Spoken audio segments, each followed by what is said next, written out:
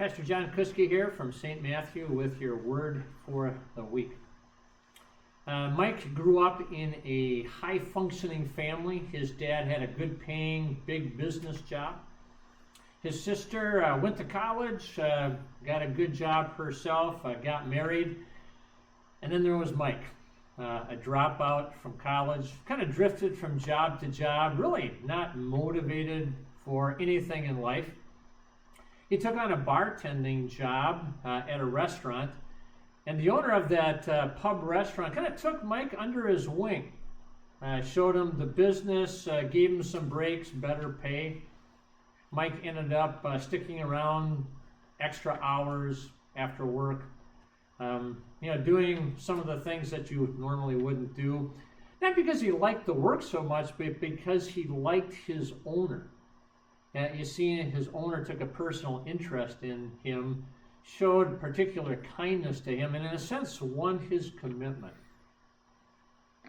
Really, that's the way it is for us as followers of Jesus, even as children of God. What does it take from us to be like that? Total commitment, Jesus says. And yet we realize we don't have that in us. We're not the kind of people who would be totally committed to anything, even to God.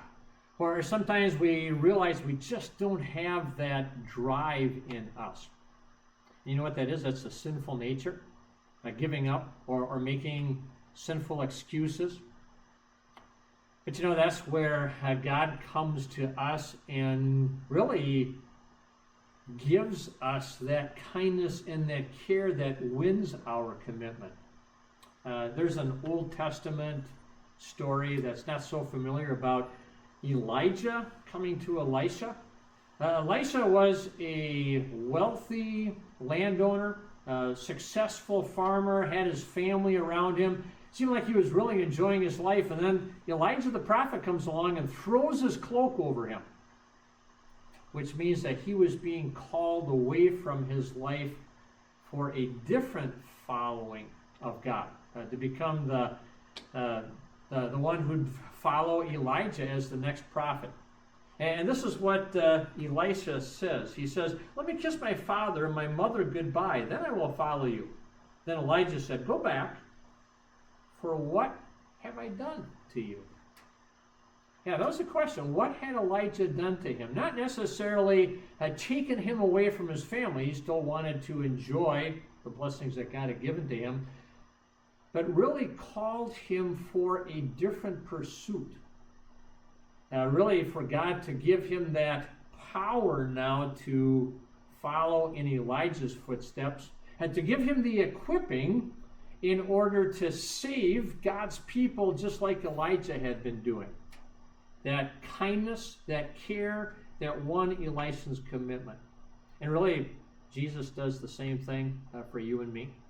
When we're not very committed to him, when we think that we really can't follow him in the ways that he would have us follow him, he wraps his loving arms around us, those hands that are marked by the nails that went to the cross for us.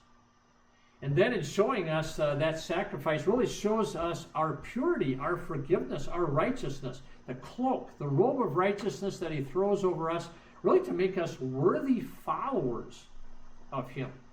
And then he assures us in his careful and caring directions, his word, that he's going to equip us for significant and special service in his kingdom in many different ways, whether it's in the church or in our families or just out there in our everyday lives.